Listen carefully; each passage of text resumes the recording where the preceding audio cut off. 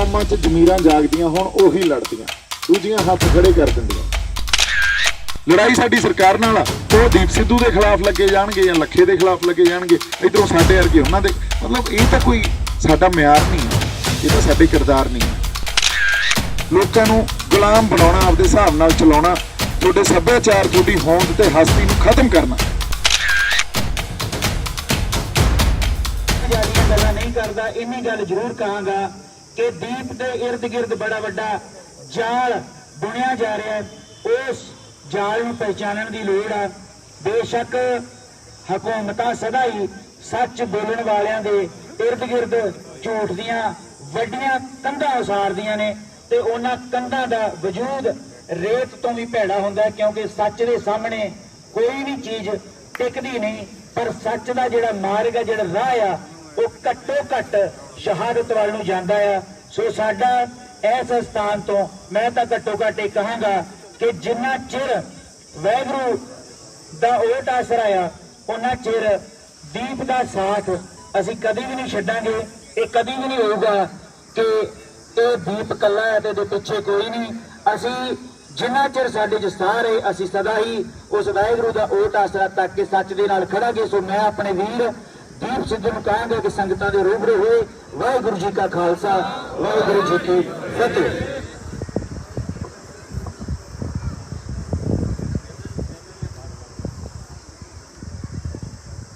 वाहिगुरू जी का खालसा, वाहिगुरू जी की फतेह।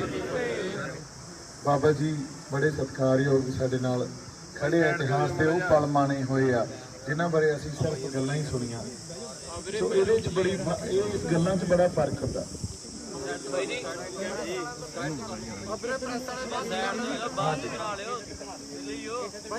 इधर आ जाओ। सबब ये बनिया भी आपां इकट्ठे क्यों होए आ, इत्थे बैठे क्यों आ। जे मैं आ गया, मैं माड़ा जिहा मैनूं अगे आउणा पऊ जी। इत्थे बहुत फिर हाँ जी, तुसीं अगे ना खड़ो भाई प्लीज। अपना इन्हां नाल गल्लां करनियां बड़ियां जरूरी आ वीडियोग्राफी तो होंदी रहूगी। हाँ जी, असीं अज एक संघर्ष च बैठे हैं। इत्थे बैठे हुए भी तुसीं एक लड़ाई च बैठे हो। लड़ाई हुकूमत दे नाल लड़ी जा रही है। इस गल का एहसास तुहानूं होना चाहिए। पंजाब हरियाणा भी अपनी होंद की लड़ाई लड़ रही है। होंद ते हस्ती लई जिहड़ियां कौमां च जमीरां जागदियां होण ओही लड़दियां, दूजियां हत्थ खड़े कर दिंदियां। तुसीं वेख लो, जदों परमात्मा अकाल पुरख वाहिगुरू ने धरती साजी होनी है ना, इत्थे व्यापकता बनाई। कुदरत च वख-वख रंग आ, चाहे असीं आ रुख, साड़ियां फसलां, टहनियां, वातावरण, मिट्टी की खसलत देख लीए, वख-वख रंग आ। उवें इंसान ते इंसानां दे सभ्याचार दे भी वख-वख रंग आ। पर बाबा जी हुणे एक गल दस रहे सी कि उस अकाल पुरख वाहिगुरू ने जदों यह दुनिया साजी, इत्थे दो बिरतियां पैदा करतियां। एक बिरती आ देवतियां दी ते एक बिरती आ दैंतां दी। ये जिहड़ियां दो बिरतियां, ਇਹ ਤੁਸੀਂ ਕਿਹੜੇ ਲੋਕ 'ਚ ਜਿਉਣਾ, ਜਿਵੇਂ ਕਹਿੰਦੇ ਆ ਨਾ ਸਤਿਯੁਗ ਸੀ, ਅੱਜ ਵੀ ਸਤਿਯੁਗ ਫਿਰਦਾ। ਜਿਹੜੇ ਬੰਦੇ ਚੰਗੇ ਹੁੰਦੇ ਆ, ਜਿਨ੍ਹਾਂ 'ਚ ਦੇਵਤਿਆਂ ਦੀ ਬਿਰਤੀ ਹੁੰਦੀ ਆ, ਅਕਾਲ ਪੁਰਖ ਵਾਹਿਗੁਰੂ ਦੀ ਉਸ ਰਚਨਾ ਦੇ ਅਨੁਸਾਰ ਚੱਲਦੇ ਆ, ਉਹਨਾਂ ਲਈ ਸਤਿਯੁਗ ਹੀ ਆ। ਜਿਹੜੇ ਬੰਦੇ ਉਸ ਅਕਾਲ ਪੁਰਖ ਵਾਹਿਗੁਰੂ ਦੀ ਬਣਾਈ ਹੋਈ ਕੁਦਰਤ ਜਾਂ ਉਹਨਾਂ ਨਿਯਮਾਂ ਦੀ ਉਲੰਘਣਾ ਕਰਦੇ ਆ, ਉਹ ਫਿਰ ਦੈਂਤ ਬਿਰਤੀ ਵਾਲੇ ਹੋ ਜਾਂਦੇ ਆ। ਪਾਵਰ, ਹਕੂਮਤਾਂ, ਲੋਕਾਂ ਤੇ ਗਲਬਾ ਪਾਉਣਾ, ਲੋਕਾਂ ਤੇ ਰਾਜ ਕਰਨਾ, ਇਹ ਦੈਂਤ ਬਿਰਤੀ ਆ। ਇਹਨਾਂ ਬੰਦਿਆਂ ਨੇ ਜਿਹੜੀ ਇਹ ਕੁਦਰਤ ਸਾਜੀ ਗਈ ਆ, ਜਿਸ ਤਰ੍ਹਾਂ ਸੱਭਿਆਚਾਰ ਵੀ ਵੱਖਰੇ, ਲੋਕ ਵੀ ਵੱਖਰੇ, ਵਾਤਾਵਰਨ ਵੀ ਵੱਖਰੇ। ਤੁਸੀਂ ਦੇਖੋ ਕੁਦਰਤ ਨਾਲ ਕਿੰਨੇ ਖਿਲਵਾੜ ਕੀਤੇ ਆ, ਉਵੇਂ ਖਿਲਵਾੜ ਇਹ ਸੱਭਿਆਚਾਰ ਨਾਲ ਵੀ ਕਰਦੇ ਆ। ਜਦੋਂ ਮੈਂ ਕਿਹਾ ਵੀ ਆਪਾਂ ਆਪਣੀ ਹੋਂਦ ਦੀ ਲੜਾਈ ਲੜ ਰਹੇ ਹਾਂ, ਸਾਡੀ ਹੋਂਦ ਹੀ ਉਸ ਸੱਭਿਆਚਾਰ 'ਚ ਪਈ ਹੈ। ਸਾਡੀ ਹੋਂਦ ਸਾਡੇ ਪਿੰਡਾਂ 'ਚ ਜਿਸ ਤਰ੍ਹਾਂ ਦਾ ਸਾਡਾ ਰਹਿਣੀ ਸਹਿਣੀ ਜੋ ਜੀਵਨ ਸ਼ੈਲੀ ਹੈ, ਜਿਉਣ ਦਾ ਢੰਗ ਆ, ਉਹਦੇ 'ਚ ਪਈ ਹੈ। ਇਹ ਚੀਜ਼ ਸਾਡੀ ਪਛਾਣ ਬਣਦੀ ਆ। ਸਾਡਾ ਨਿਸ਼ਾਨ ਸਾਹਿਬ ਸਾਡਾ ਪਛਾਣ ਆ। ਜਦੋਂ ਗੁਰੂ ਤੇਗ ਬਹਾਦਰ ਸਾਹਿਬ, ਆਪਾਂ ਉਹਨਾਂ ਦੇ ਸ਼ਹਿਰ ਬੈਠੇ ਆ, ਇੱਥੇ ਵੀ ਉਹਨਾਂ ਦੇ ਚਰਨਾਂ ਦੀ ਛੋਹ ਆ ਇਸ ਸ਼ਹਿਰ ਨੂੰ ਪ੍ਰਾਪਤ। ਜਦੋਂ ਲਾਲ ਕਿਲੇ ਗਏ ਆ, ਦਿੱਲੀ ਗਏ ਆ, ਉਸੇ ਲਾਲ ਕਿਲੇ ਚੋਂ ਸ਼ਾਹੀ ਕਾਜ਼ੀ ਨੇ ਉਹਨਾਂ ਦਾ ਸੀਸ ਕਲਮ ਕਰ ਦਿੱਤਾ ਜਾਵੇ ਦਾ ਫਰਮਾਨ ਜਾਰੀ ਕੀਤਾ ਸੀ। ਤੇ ਗੁਰੂ ਤੇਗ ਬਹਾਦਰ ਸਾਹਿਬ ਦੀ ਕੀ ਲੜਾਈ ਸੀ। ਆਪਾਂ ਕੁਦਰਤ ਦੀ ਜਾਂ ਸੱਭਿਆਚਾਰ ਦੀ ਜਾਂ ਇੱਕ ਮਨੁੱਖਤਾ ਦੀ ਗੱਲ ਕਰ ਰਹੇ ਹਾਂ। ਗੁਰੂ ਨਾਨਕ ਸਾਹਿਬ ਇਹ ਕਹਿ ਰਹੇ ਆ ਵੀ ਮੈਂ ਜਨੇਊ ਨਹੀਂ ਪਾਉਣਾ। ਜੇ ਜਨੇਊ ਪਾਓ ਤਾਂ ਜੱਤ ਸੱਤ ਦਾ ਪਾਓ, ਇਹੋ ਜਿਹਾ ਪਾਓ ਜਿਹੜਾ ਨਾ ਕਦੇ ਮੈਲਾ ਹੋਵੇ ਨਾ ਕਦੇ ਟੁੱਟੇ। ਇਹ ਧਾਗੇ 'ਚ ਕੋਈ ਦਮ ਨਹੀਂ। ਉਹ ਤਾਂ ਉਸ ਜਨੇਊ ਨੂੰ ਖੰਡਨ ਕਰ ਰਹੇ ਆ। ਤੇ ਜਦੋਂ ਸਵਾ ਮਣ ਜਨੇਊ ਰੋਜ਼ ਔਰੰਗਜ਼ੇਬ ਜਾਂ ਤਾਂ ਲਾਉਂਦਾ ਸੀ, ਉਹ ਲਾਉਂਦਾ ਸੀ, ਜਾਂ ਉਹਨਾਂ ਨੂੰ ਕਨਵਰਟ ਕਰ ਦਿੰਦਾ ਸੀ ਜਾਂ ਮਾਰ ਦਿੰਦਾ ਸੀ। ਉਹਦੀ ਲੜਾਈ ਗੁਰੂ ਤੇਗ ਬਹਾਦਰ ਸਾਹਿਬ ਲੜ ਰਹੇ ਆ। ਇਹ ਪੂਰਾ ਜਿਹੜਾ ਇੱਕ ਤੁਸੀਂ ਵੇਖ ਲਓ ਵੀ ਇਹ ਇੰਨਾ ਵੱਡਾ ਫਾਸਲਾ ਕੀ ਹੈ। ਇਹ ਫਾਸਲਾ ਇਹੀ ਆ ਵੀ ਅਸੀਂ ਕੋਈ ਵੀ ਹਿਊਮਨ ਰਾਈਟ ਵਾਇਓਲੇਸ਼ਨ ਸੀ ਉਸ ਵੇਲੇ ਦੀ, ਚਾਹੇ ਦਿੱਲੀ ਸਰਕਾਰ ਉਸ ਵੇਲੇ ਹੋਵੇ ਚਾਹੇ ਅੱਜ ਹੋਵੇ, ਫਰਕ ਕੁਛ ਨਹੀਂ ਪਿਆ, ਜਮਾਂ ਹੀ ਫਰਕ ਨਹੀਂ ਪਿਆ। ਦੇਖ ਲਓ ਹਿਊਮਨ ਰਾਈਟ ਵਾਇਓਲੇਸ਼ਨ ਸੀ ਉਹ। ਗੁਰੂ ਸਾਹਿਬ ਖੜੇ ਹੋਏ ਉਹਦੇ ਖਿਲਾਫ। ਉਸੇ ਲਾਲ ਕਿਲੇ ਚੋਂ ਸ਼ਾਹੀ ਕਾਜ਼ੀ ਨੇ ਫਰਮਾਨ ਪੜਿਆ। ਪਰ ਅੱਜ ਪ੍ਰਮਾਤਮਾ ਨੇ ਕੀਤਾ ਕੀ, ਅਕਾਲ ਪੁਰਖ ਵਾਹਿਗੁਰੂ ਨੇ ਉਸੇ ਲਾਲ ਕਿਲੇ ਤੇ ਗੁਰੂ ਤੇਗ ਬਹਾਦਰ ਸਾਹਿਬ ਦਾ ਝੰਡਾ ਲਾਤਾ ਜਾਂਦਾ।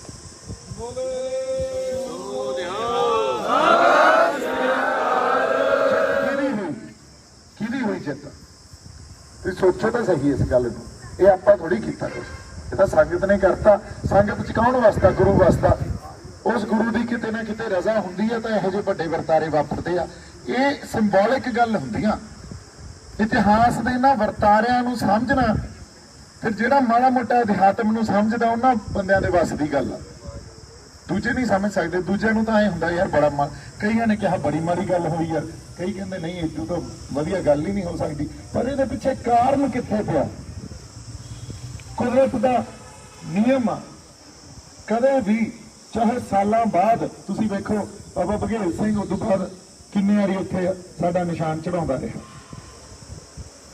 ਸਾਡੇ ਬੰਦੇ ਗਏ, ਕਿਸੇ ਨੇ ਮਿੱਥੀ ਨਹੀਂ ਸੀ ਗੱਲ, ਕਿਸੇ ਨੂੰ ਯਾਦ ਚੱਤੀ ਨਹੀਂ ਸੀ ਇਹ ਗੱਲ ਵੀ ਆਹ ਵੀ ਵਰਤਾਰਾ ਵਾਪਰਨਾ।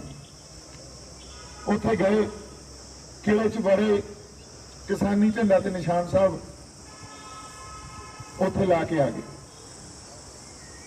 ਚਾਹੇ ਸਰਕਾਰ ਦਾ ਇਹ ਟਰੈਪ ਹੀ ਸੀ, ਸਰਕਾਰ ਨੇ ਕੋਈ ਕਮੀ ਨਹੀਂ ਛੱਡੀ ਉੱਤੇ ਵੀ ਲੋਕਾਂ ਨੂੰ ਵਾੜ ਲਓ ਦਿੱਲੀ 'ਚ ਤੇ ਮੁੜ ਕੇ ਅਸੀਂ ਦੰਗੇ ਕਰਾ ਦਾਂਗੇ। ਇਹ ਤਾਂ ਇਹਨਾਂ ਦਾ ਬੀਜੇਪੀ ਵਾਲਿਆਂ ਦਾ ਤਾਂ ਇਹਨਾਂ ਦਾ ਤਾਂ ਇਹ ਸਪੈਸ਼ਲਿਟੀ ਆ ਨਾ, ਇਸ ਗੱਲ 'ਚ ਮਹਾਰਤ ਹਾਸਲ ਆ ਇਹਨਾਂ ਨੂੰ ਤਾਂ। ਪਰ ਸਾਡੇ ਵਾਲਿਆਂ ਨੇ ਨਾ ਕੋਈ ਘਰ ਲੁੱਟਿਆ, ਨਾ ਦੁਕਾਨ ਲੁੱਟੀ, ਨਾ ਕਿਸੇ ਨੂੰ ਮਾਰਿਆ ਖੋਇਆ, ਕੁਛ ਨਹੀਂ ਕੀਤਾ। ਜਾਬਤੇ 'ਚ ਰਹਿ ਕੇ ਤੇ ਲਾਲ ਕਿਲੇ ਜਾ ਕੇ ਆਪਦਾ ਜਿਹੜਾ ਕੰਮ ਕਰਨਾ ਸੀ ਸਿੰਬੋਲਿਕ। ਬਾਬਾ ਬਘੇਲ ਸਿੰਘ ਵੀ ਇਹੀ ਕਰਦਾ ਹੁੰਦਾ ਸੀ ਵੀ ਇੱਕ ਵਾਰੀ ਜਿੱਤਣਾ ਹੀ ਆ ਯਾਰ।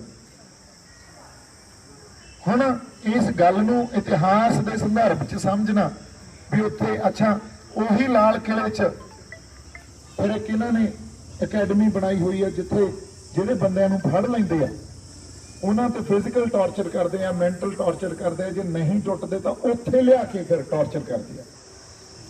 ਉੱਥੇ ਲਿਆ ਕੇ ਸਾਈਕੈਟਰਿਸਟ ਨੂੰ ਬੁਲਾਉਂਦੇ ਆ, ਆਪਦੇ ਸਾਈਕੋਲੋਜਿਸਟ ਨੂੰ ਬੁਲਾਉਂਦੇ ਆ ਤੇ ਉਹਦਾ ਫਿਰ ਮਾਈਂਡ ਵਾਸ਼ ਕਰਦੇ ਆ। ਇਹ ਹਕੂਮਤਾਂ ਐਂ ਕੰਮ ਕਰਦੀਆਂ। ਕਿਉਂ? ਗਲਬਾ ਪਾਉਣਾ ਲੋਕਾਂ ਤੇ, ਲੋਕਾਂ ਨੂੰ ਗੁਲਾਮ ਬਣਾਉਣਾ, ਆਪਦੇ ਹਿਸਾਬ ਨਾਲ ਚਲਾਉਣਾ, ਤੁਹਾਡੇ ਸੱਭਿਆਚਾਰ, ਤੁਹਾਡੀ ਹੋਂਦ ਤੇ ਹਸਤੀ ਨੂੰ ਖਤਮ ਕਰਨਾ। ਉਹਨਾਂ ਨੇ ਆਪਦੇ ਹਿਸਾਬ ਦੇ ਲੋਕ ਘੜਨੇ ਆ, ਆਪਦੇ ਹਿਸਾਬ ਦੇ ਮਨੁੱਖ ਘੜਨੇ ਆ। ਉਹਨਾਂ ਨੇ ਉਹ ਬੰਦੇ ਨਹੀਂ ਘੜਨੇ ਜਿਹੜੇ ਅਕਾਲ ਪੁਰਖ ਵਾਹਿਗੁਰੂ ਨੇ ਸਾਜੇ ਆ, ਜਿਹੜੇ ਕਿਸੇ ਦੇ ਅਧੀਨ ਨਹੀਂ ਆ, ਉਸ ਪਰਮਾਤਮਾ ਅਕਾਲ ਪੁਰਖ ਵਾਹਿਗੁਰੂ ਦੇ ਅਧੀਨ। ਉਹ ਬੰਦਿਆਂ ਦੀ ਲੋੜ ਨਹੀਂ ਉਹਨਾਂ ਨੂੰ। ਪਰ ਜਿਹੜੇ ਕੌਮਾਂ ਦੀਆਂ ਜ਼ਮੀਰਾਂ ਜਾਗਦੀਆਂ ਉਹ ਫਿਰ ਖੜਦੀਆਂ ਤੇ ਅਸੀਂ ਖੜੇ। और एक कमाई कित्थों आई? ये इन्हां रहबरां दी, इन्हां गुरुआं दी दित्ती होई कमाई आ, पता नहीं कित्थों प्रगट हो जानी आ। एक गल मैं 25 तरीक नूं रात नूं इहदा एहसास कीता सी बाई जी, जदों उत्थे लोकां च एडा रोह सी ना जिहड़ा, ते लीडरशिप उस वेले है नहीं सी स्टेज ते। जदों पहला लखा गया, फिर मैनू बुलाया गया, असीं जाके माहौल नूं टिकाया, पर उहदे पिछे भी कुछ पिया सी, और रोह दे पिछे भी कुछ पिया सी। ਉਹੀ ਗੱਲ ਸਾਨੂੰ ਐਨਾਲਾਈਜ਼ ਕਰਨੀਆਂ ਪੈਂਦੀਆਂ, ਚੀਜ਼ਾਂ ਨੂੰ ਸਮਝਣਾ ਪੈਂਦਾ। ਇੱਕ ਵਕਤ ਇਸ ਕੌਮ ਤੇ ਉਹ ਆ ਜਾਂਦਾ, ਇਸ ਇੱਕ ਲਹਿਰ ਇਹੋ ਜਿਹੀ ਬਣ ਜਾਂਦੀ ਹੈ ਜਦੋਂ ਪੰਥ ਪ੍ਰਗਟ ਹੋ ਜਾਂਦਾ। ਉਹ ਪਰਮੇਸ਼ਰ ਦਾ, ਅਕਾਲ ਪੁਰਖ ਵਾਹਿਗੁਰੂ ਦਾ ਜੋ ਸਾਜਿਆ ਹੋਇਆ ਪੰਥ ਉਹ ਪ੍ਰਗਟ ਹੋ ਜਾਂਦਾ, ਤੇ ਉਹ ਐਨ ਸਿਰ ਤਲੀ ਤੇ ਰੱਖ ਕੇ ਫਿਰਦਾ ਵੀ ਦੱਸੋ ਸਹੀ ਹੁਣ ਕੀ ਕਰਨਾ। ਉਹ ਟਾਈਮ ਸੀ ਉਸ ਵੇਲੇ। ਹੁਣ ਪੁਰਾਤਨ ਸਮਿਆਂ 'ਚ ਜਦੋਂ ਪੰਥ ਨੇ ਉਹ ਅਹਿਸਾਸ ਕਰਨੇ ਹੁੰਦੇ ਸੀ ਪਲ, ਉਸ ਵੇਲੇ ਤਾਂ ਅੱਗੇ ਜਰਨੈਲ ਹੁੰਦੇ ਸੀ ਖੜੇ, ਜਿਹੜੇ ਫਿਰ ਜੰਗ ਦੇ ਮੈਦਾਨ 'ਚ ਜਾ ਕੇ ਦੋ ਦੋ ਹੱਥ ਕਰਦੇ ਸੀ, ਤੇ ਉਸ ਗੱਲ ਦਾ, ਉਸ ਰੋਹ ਦਾ ਇੱਕ ਕਲੋਜ਼ਰ ਮਿਲ ਜਾਂਦਾ ਸੀ। ਇੱਥੇ ਜਰਨੈਲਾਂ ਦੀ ਘਾਟ, ਤੇ ਉਸ ਜਦੋਂ ਉਸ ਰੋਹ ਦਾ ਕਲੋਜ਼ਰ ਹੀ ਨਹੀਂ ਮਿਲਿਆ, ਫਿਰ ਲੋਕ 26 ਨੂੰ ਤਾਂ ਹੀ ਆਪ ਮਹਾਰੇ ਹੋ ਗਏ ਨਾ। ਸੰਗਤ ਰੂਪੀ ਗੱਲ ਜਾ ਕੇ ਲਾਲ ਕਿਲੇ 'ਚ ਵੜ ਗਏ। ਅਸੀਂ ਗੱਲਾਂ ਨੂੰ ਸਮਝਦੇ ਨਹੀਂ, ਸਾਨੂੰ ਅਧਿਐਨ ਨਹੀਂ ਕਰਨਾ ਆਉਂਦਾ। ਅਸੀਂ ਤੋਹਮਤਾਂ 'ਚ ਇੱਕ ਦੂਜੇ ਤੇ ਲੱਤਾਂ ਖਿੱਚਦੀਆਂ, ਅਸੀਂ ਇੱਥੇ ਹੀ ਰਹਿ ਜਾਂਦੇ ਆ। ਇੰਨੀ ਸ਼ੈਲੋ ਹੋ ਗਏ, ਉੱਤੇ ਵਾਲੀ ਸਤਹ ਜੀ ਤੇ ਹੀ ਰਹਿ ਜਾਂਦੇ ਆ। ਥੱਲੇ ਕੀ ਪਿਆ, ਗਹਿਰਾਈ 'ਚ ਕੀ ਪਿਆ, ਇਹ ਗੱਲਾਂ ਕਦੇ ਨਹੀਂ ਸਮਝੀਆਂ ਸੀ। ਸਟੇਟ ਕਿਵੇਂ ਕੰਮ ਕਰਦੀ ਆ, ਸਰਕਾਰਾਂ ਕਿਵੇਂ ਕੰਮ ਕਰਦੀਆਂ, ਸਟੇਟ ਕਰਾਫਟ ਕੀ ਹੁੰਦਾ। ਹੁਣ ਸਾਡੀ ਕਿਸਾਨ ਲੀਡਰਸ਼ਿਪ, ਸਾਡੇ ਆਗੂ ਆ, ਸਾਡੇ ਹੀ ਆ ਉਹ, ਪਰ ਕਿਵੇਂ ਤੁਸੀਂ ਦੇਖੋ ਸਟੇਜ ਤੋਂ ਭਾਸ਼ਾ ਕੀ ਵਰਤੀ ਜਾ ਰਹੀ ਆ ਕਿ ਸੰਯੁਕਤ ਕਿਸਾਨ ਮੋਰਚੇ ਦੀ ਸਟੇਜ ਤੋਂ ਅਸੀਂ ਆਪਸ 'ਚ ਹੀ ਉਲਝੇ ਫਿਰਦੇ ਆ। ਲੜਾਈ ਸਾਡੀ ਸਰਕਾਰ ਨਾਲ ਆ। ਉਹ ਦੀਪ ਸਿੱਧੂ ਦੇ ਖਿਲਾਫ ਲੱਗੇ ਜਾਣਗੇ ਜਾਂ ਲੱਖੇ ਦੇ ਖਿਲਾਫ ਲੱਗੇ ਜਾਣਗੇ, ਇਧਰੋਂ ਸਾਡੇ ਵਰਗੇ ਉਹਨਾਂ ਦੇ। ਮਤਲਬ ਇਹ ਤਾਂ ਕੋਈ ਸਾਡਾ ਮਿਆਰ ਨਹੀਂ ਆ, ਫਿਰ ਇਹ ਤਾਂ ਸਾਡੇ ਕਿਰਦਾਰ ਨਹੀਂ। ਅਸੀਂ ਕਦੋਂ ਏਕਾ ਦਿਖਾਵਾਂਗੇ, ਇਕੱਠੇ ਹੋ ਕੇ ਲੜਾਂਗੇ। ਫਿਰ ਗੱਲਾਂ ਦੇਖੋ, ਇਹ ਬੀਜੇਪੀ ਦਾ ਬੰਦਾ, ਇਹ ਸਰਕਾਰ ਦਾ ਬੰਦਾ, ਇਹ ਏਜੰਟ ਆ, ਔਰ ਇਦੋਂ ਵੀ ਗੰਦੀ ਭਾਸ਼ਾ, ਭੱਦੀ ਭਾਸ਼ਾ ਯੂਜ਼ ਕੀਤੀ ਜਾਂਦੀ ਹੈ, ਗਾਲੋ ਗਾਲੀ। ਪਰ ਕਿਉਂ ਕਰਦੇ ਆ ਅਸੀਂ? ਕਿਉਂਕਿ ਅਸੀਂ ਉੱਤੇ ਹੀ ਰਹਿੰਦੇ ਆ। ਸਾਨੂੰ ਥੱਲੜੀ ਜਿਹੜੀ ਇੱਕ ਲੇਅਰ ਆ ਉਹਦੀ ਤਾਂ ਸਮਝ ਹੀ ਹੈ ਨਹੀਂ। ਸਟੇਟ ਜਾਂ ਸਰਕਾਰ ਕਿਵੇਂ ਕੰਮ ਕਰਦੀ ਆ, ਸਟੇਟ ਕਰਾਫਟ ਕੀ ਹੁੰਦਾ। ਜਿਹਨੂੰ ਸਟੇਟ ਕਰਾਫਟ ਦੀ ਸਮਝ ਹੋਵੇ ਨਾ, ਉਹਨੂੰ ਪਤਾ ਲੱਗ ਜੂ ਬੰਦਾ ਸਾਡਾ ਕਿ ਇਹ ਬਗਾਨਾ। ਸਟੇਟ ਕਰਾਫਟ ਜੇ ਲੀਡਰਸ਼ਿਪ ਨੂੰ ਨਾ ਸਮਝ ਹੋਵੇ ਤਾਂ ਉਹਨਾਂ ਦੀਆਂ ਹਮੇਸ਼ਾ ਹੀ ਕੈਲਕੂਲੇਸ਼ਨਸ, ਜਿਹੜੀਆਂ ਗਿਣਤੀਆਂ ਮਿੰਤੀਆਂ, ਉਹ ਗਲਤ ਹੋਣਗੀਆਂ। ਤੇ ਜੇ ਸਾਡੇ ਆਵਾਮ ਨੂੰ, ਸਾਡੀ ਮਖਲੂਕ ਨੂੰ, ਸਾਡੇ ਲੋਕਾਂ ਨੂੰ ਨਾ ਸਮਝ ਹੋਵੇ ਸਟੇਟ ਕਰਾਫਟ ਦੀ, ਉਹਨਾਂ ਨੂੰ ਪਤਾ ਹੀ ਨਹੀਂ ਲੱਗੂ ਵੀ ਸਾਡਾ ਲੀਡਰ ਸਾਡਾ ਕਿ ਕਿਸੇ ਦਾ। ਕਿਉਂਕਿ ਉੱਥੋਂ ਤੱਕ ਤੁਹਾਡੀ ਮਾਨਸਿਕਤਾ ਨੂੰ ਲੈ ਕੇ ਹੀ ਨਹੀਂ ਜਾਂਦੇ ਕਦੇ। ਜਿਹੜਾ ਦੱਸਦਾ ਉਹਦੇ ਖਿਲਾਫ ਫਿਰ ਇੱਕ ਪ੍ਰਚਾਰ ਚੱਲੂਗਾ ਵੀ ਨਹੀਂ, ਲੋਕਾਂ ਨੂੰ ਨਹੀਂ ਜਗਾ ਸਕਦੇ ਤੁਸੀਂ। ਪ੍ਰਚਾਰ ਫਿਰ ਦੇਖਿਓ, ਹਰ ਬੰਦਾ ਹਰ ਸ਼ੈ ਬੋਲੂਗੀ, ਲਫ਼ਜ਼ਾਂ ਨੂੰ ਫੜ ਫੜ ਉਹਦੇ ਮਤਲਬ ਕੱਢ ਕੱਢ ਤੁਹਾਨੂੰ ਤੁਹਾਡੇ ਅੱਗੇ ਪੇਸ਼ ਕੀਤਾ ਜਾਊਗਾ। ਮੀਡੀਆ ਕੀ, ਬੰਦੇ ਕੀ, ਪਤਾ ਨਹੀਂ ਫਾਰਮੂਲੇ ਘਰੇ ਜਾਣਗੇ। ਸੋ ਇਹੀ ਵਰਤਾਰਾ ਚੱਲ ਰਿਹਾ, ਇਹ ਸਾਡੇ ਤੇ ਅਸਰ ਪਾ ਜਾਂਦਾ। ਅਸੀਂ ਫਿਰ ਉਵੇਂ ਹੀ ਧਿਰਾਂ 'ਚ ਵੰਡੇ ਜਾਂਦੇ ਆ। ਕੁਝ ਕੁ ਬੰਦੇ ਮੇਰੇ ਵਾਲੇ ਪਾਸੇ ਖੜੇ ਆ, ਕੁਝ ਉਹ ਦੂਜੇ ਵਾਲੇ ਪਾਸੇ ਖੜੇ ਆ, ਕੁਝ ਉੱਧਰ ਨੂੰ ਖੜੇ ਆ। ਕਿਉਂ? ਸਾਨੂੰ ਗੱਲਾਂ ਦੀ ਸਮਝ ਹੀ ਹੈ ਨਹੀਂ, ਸਾਨੂੰ ਨੈਰੇਟਿਵ ਦੀ ਸਮਝ ਨਹੀਂ। ਪੰਜਾਬ ਦਾ ਨੈਰੇਟਿਵ ਕੀ ਹੋਣਾ ਚਾਹੀਦਾ, ਸਾਡਾ ਆਪ ਦਾ ਬਿਰਤਾਂਤ ਕੀ ਹੋਣਾ ਚਾਹੀਦਾ, ਸਾਡੇ ਮੁੱਦੇ ਕੀ ਆ, ਸਾਨੂੰ ਇਹਨਾਂ ਗੱਲਾਂ ਦੀ ਸਮਝ ਨਹੀਂ, ਮਸਲਿਆਂ ਦੀ ਸਮਝ ਨਹੀਂ। ਹੱਲ ਕਿੱਥੋਂ ਲੱਭਾਂਗੇ? ਜਦੋਂ ਤੱਕ ਮਸਲਿਆਂ ਨੂੰ ਨਹੀਂ ਸਮਝਾਂਗੇ, ਸਾਨੂੰ ਹੱਲ ਕਿੱਥੋਂ ਮਿਲਣਗੇ? ਅੱਜ ਇੱਥੇ ਬੈਠੇ ਆ ਆਪਾਂ ਸਾਰੇ, ਸਾਡੀ ਆਹੀ ਪਰੰਪਰਾ ਤੇ ਰੀਤ ਸੀ, ਸੰਗਤ ਰੂਪੀ ਆ ਕੇ ਗੱਲਾਂ ਕਰਨੀਆਂ। ਤੁਸੀਂ ਕਿੰਨੇ ਕਰੀ ਆਪਾਂ ਬੈਠੇ ਆ, ਇਹ ਸਭ ਕੁਝ ਬਦਲਤਾ। ਹੁਣ ਤਾਂ ਸੋਸ਼ਲ ਮੀਡੀਆ ਤੇ ਸਿਰਫ ਗੱਲ ਉਹਨਾਂ ਨੇ ਦਿਖਾਉਣੀ ਆ, ਕਈਆਂ ਦੇ ਜੱਜ ਜਾਂਦੀ ਆ, ਕਈਆਂ ਦੇ ਦੂਜੀ ਕੋਈ ਗੱਲ ਜੱਜ ਜਾਂਦੀ ਆ, ਉੱਥੋਂ ਹੀ ਜੱਜਮੈਂਟਸ ਬਣ ਜਾਂਦੀਆਂ।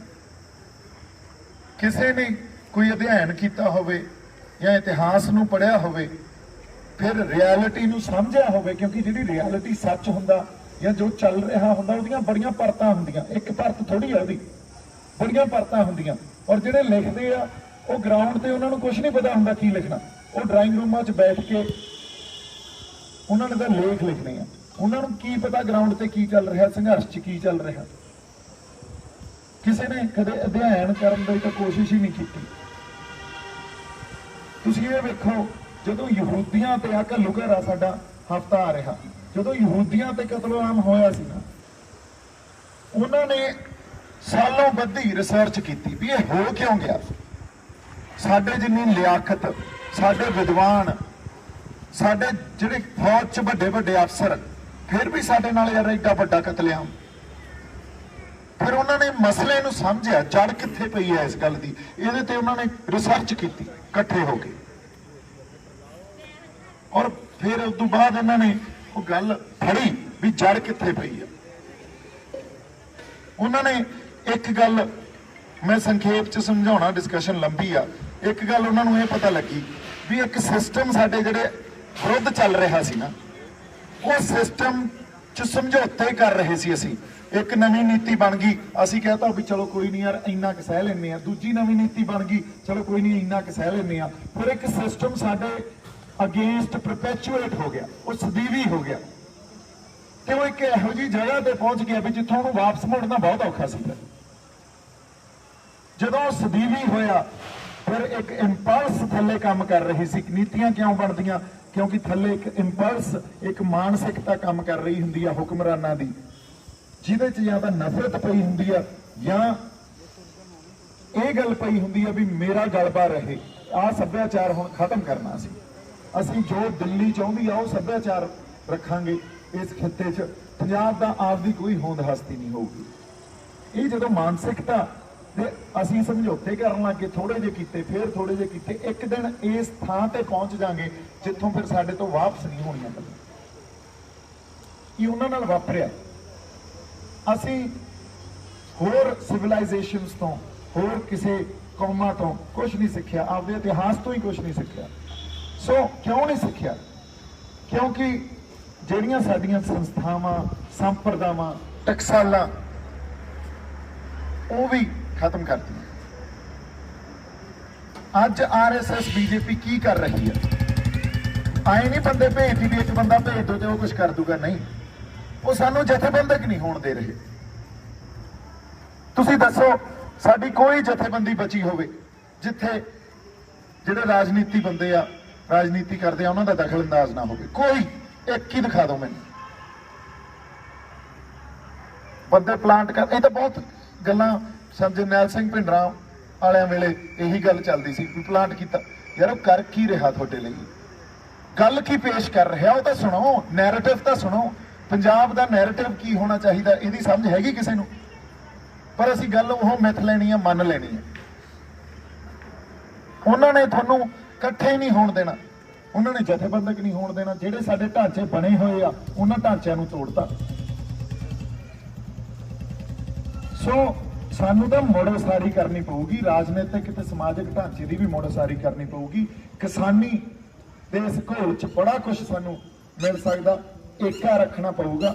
ਸਾਡੇ ਬਜ਼ੁਰਗਾਂ ਨੂੰ ਮੈਂ ਜਿੱਥੇ ਵੀ ਜਾਂਦਾ ਇਹ ਬੇਨਤੀ ਕਰਦਾ, ਆਗੂਆਂ ਨੂੰ, ਵੀ ਤੁਹਾਡੀ ਅਗਵਾਈ 'ਚ ਹੀ ਲੜਾਂਗੇ। ਅਸੀਂ ਤਾਂ ਸੰਗਤ 'ਚ ਬੈਠਣ ਵਾਲੇ ਬੰਦੇ ਆ, ਤੁਸੀਂ ਸਾਡੇ ਆਗੂ ਹੋ, ਤੁਹਾਡੀ ਅਗਵਾਈ 'ਚ ਲੜਾਂਗੇ। ਇੱਥੇ ਨਾ ਮੈਂ ਚੋਣਾਂ ਲੜਨਾ ਆ, ਨਾ ਲੀਡਰ ਬਣਨਾ ਆ। ਮੇਰੇ ਤਾਂ ਇੱਕ ਵਿਰਸੇ ਦੀ ਆਪਦੀ ਚੀਜ਼ ਪਈ ਅੰਦਰ, ਉਹ ਲੈ ਆਈ ਜਿਵੇਂ ਤੁਹਾਡੇ ਸਾਰਿਆਂ ਦੇ ਅੰਦਰ ਹੋਊਗੀ। ਸੋ ਇੰਨੀਆਂ ਜਿਹੜੀਆਂ ਅੱਜ ਗੱਲਾਂ ਚਲੋ ਆਪਾਂ ਕੀਤੀਆਂ, ਇਹਦੇ ਤੇ ਹੁਣ ਜ਼ਿੰਮੇਵਾਰੀ ਤੁਹਾਡੇ ਸਾਰਿਆਂ ਤੇ ਵੀ ਆ ਬਾਈ ਜੀ। ਜਿੰਨੀ ਮੇਰੇ ਮੋਢਿਆਂ ਤੇ ਜਿੱਡੀ ਜ਼ਿੰਮੇਵਾਰੀ ਉਨੀ ਉਹ ਤੁਹਾਡੇ ਮੋਢਿਆਂ ਤੇ ਆ। ਇਹਦਾ ਸਾਂਝੀ ਲੜਾਈ ਆ। ਸਾਂਝੀ ਲੜਾਈ ਤਾਂ ਫਿਰ ਏਕੇ 'ਚ ਰਹਿ ਕੇ ਲੜੀ ਜਾਂਦੀ ਹੁੰਦੀ ਆ, ਫੇਰ ਹੀ ਇਸ ਸਰਕਾਰ ਵਿਰੁੱਧ ਆਪਾਂ ਲੜ ਸਕਾਂਗੇ। ਨਹੀਂ ਤਾਂ ਇਹਦਾ ਇੰਨੇ ਨਿਰਦਈ ਬੰਦੇ ਆ, ਇਹਦਾ ਕਿਸੇ ਹੱਦ ਤੱਕ ਜਾ ਸਕਦੇ ਆ। ਇਹਨਾਂ 'ਚ ਇਨਸਾਨੀ ਗੁਣ ਨਹੀਂ, ਇਹਨਾਂ 'ਚ ਜਾਨਵਰ ਬਿਰਤੀ ਹੈ। ਸੋ ਗੱਲਾਂ ਬਹੁਤ ਆ, ਆਪਾਂ ਸਾਰੀ ਰਾਤ ਹੀ ਕਰੀ ਜਾਈਏ ਚਾਹੇ, ਪਰ ਸਾਨੂੰ ਸਮਾਂ ਵੀ ਲੰਬਾ ਚਾਹੀਦਾ। ਹੋਰ ਜਦੋਂ ਕਿਤੇ ਆਪਣਾ ਸਬੱਬ ਬਣੇ ਫਿਰ ਅਵੇਂ ਇਕੱਠੇ ਰਲ ਮਿਲ ਕੇ ਬੈਠਾਂਗੇ, ਗੱਲਾਂ ਕਰਾਂਗੇ। ਪਰ ਇੰਨੀਆਂ ਕੁ ਗੱਲਾਂ ਮੈਂ ਤੁਹਾਡੇ ਨਾਲ ਕਰਨੀਆਂ ਸੀ। ਮੇਰੇ ਵੱਲੋਂ ਬਹੁਤ ਸਾਰਾ ਪਿਆਰ ਤੇ ਸਤਿਕਾਰ। ਏਕੇ 'ਚ ਰਹਿ ਕੇ ਆਪਦੀ ਹੋਂਦ ਦੀ ਲੜਾਈ ਲੜੀਏ ਅਸੀਂ। ਜਿਉਂਦੇ ਵਾਸਤੇ ਰਹੋ ਜੀ। ਵਾਹਿਗੁਰੂ ਜੀ ਕਾ ਖਾਲਸਾ, ਵਾਹਿਗੁਰੂ ਜੀ ਕੀ ਫਤਿਹ।